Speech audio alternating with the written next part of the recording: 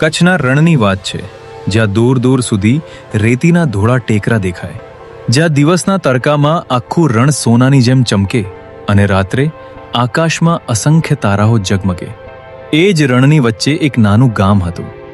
ગામના લોકો મહેનતુ હતા, પણ એક વર્ષ એવું આવ્યું કે વરસાદ જાણે ગામનો રસ્તો જ ભૂલી ગયો. કૂવા સુકાઈ ગયા, ખેતરોમાં તિરાડો પડી ગઈ અને લોકોના ચહેરા પર ચિંતા છવાઈ ગઈ. ગામના વડીલો એકઠા થયા અને બોલ્યા, આ મુશ્કેલીમાંથી ગામને કોણ બહાર કાઢશે? ત્યારે ગામના એક નવાસી વ્રણદે રણ તરફ જોઈને કહ્યું, જ્યારે માણસની આશા ખૂટી જાય ત્યારે વિશ્વાસનો દીવો પ્રગટાવવો જોઈએ.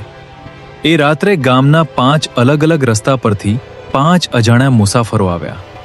કોઈના હાથમાં દીવો હતો, કોઈ પાસે પાણીનો મટકો હતો, કોઈ પાસે અનાજની થેલી હતી, કોઈ પાસે ઔષધિઓ હતી અને 5મા પાસે માત્ર એક નાનો ધ્વજ હતો. ગામ લોકોએ પૂછ્યું, તમે કોણ છો? 5 મુસાફરો સ્મિત કરીને બોલ્યા, અમને નામથી નહીં, અમારા કામથી ઓળખજો. સવાર પડતા 5 ગામના લોકોને 5 વાતો સમજાવી. પહેલા મુસાફરે કહ્યું, પાણી ઓછું છે એટલે પાણીનો એક ટીપો પણ બગાડશો નહીં. બીજાએ કહ્યું, અનાજ ઓછું છે એટલે કોઈ ભૂખ્યું ન રહે તેનું ધ્યાન રાખજો. ત્રીજાએ કહ્યું, ગામમાં કોઈ બીમાર પડે તો તેને એકલો ન છોડતા. ચોથાએ કહ્યું, મુશ્કેલીમાં ડરશો નહીં, એકબીજાનો હાથ પકડજો.